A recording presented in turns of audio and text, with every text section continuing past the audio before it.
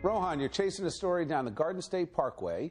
It involves a now former toll collector and a controversy over why she's no longer working there. What do you got? Right, so I chased this story to Perth Amboy to find Cynthia Fernandez. Now, Cynthia is a former toll collector at the Garden State Parkway, Raritan Toll Plaza, right over the Victory Bridge. She's a very affable individual, and this could have led to the problems she's facing now. With each passing motorist, Cynthia would say, "God bless you." Hi, how are you? Thank you. It's $1.50. Have a good day. God bless. She told me that she's never heard a negative response and no complaints were filed by motorists. But one day her supervisor pulled her aside and told her to stop mentioning God in her salutation. This reprimand, she claims, led to an intolerable workplace and forced her to quit a couple weeks later for emotional distress. She has now filed suit against the New Jersey Turnpike Authority for violating her free speech and freedom from religious discrimination. What's customer service anymore? What happened to that? Take a stand for God. I feel like we're starting to forget the things that, are positive and important in this world for our kids. Now, there's more than one side to each story, so I reached out to Tom Feeney, who is the media relations coordinator for the New Jersey Turnpike Authority, which also manages the Garden State Parkway.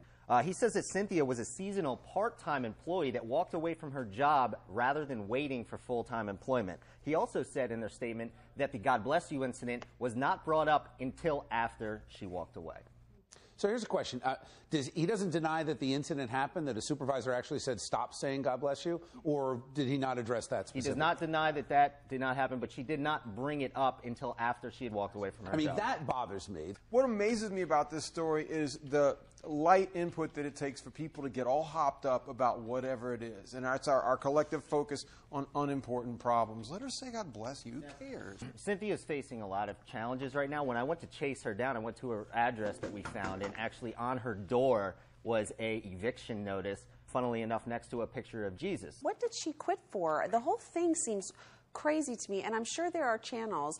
If she felt uncomfortable by her supervisor bringing this up to her, I'm sure she could have followed some appropriate channels. At the same time, she has to realize that she's in a job that's going extinct.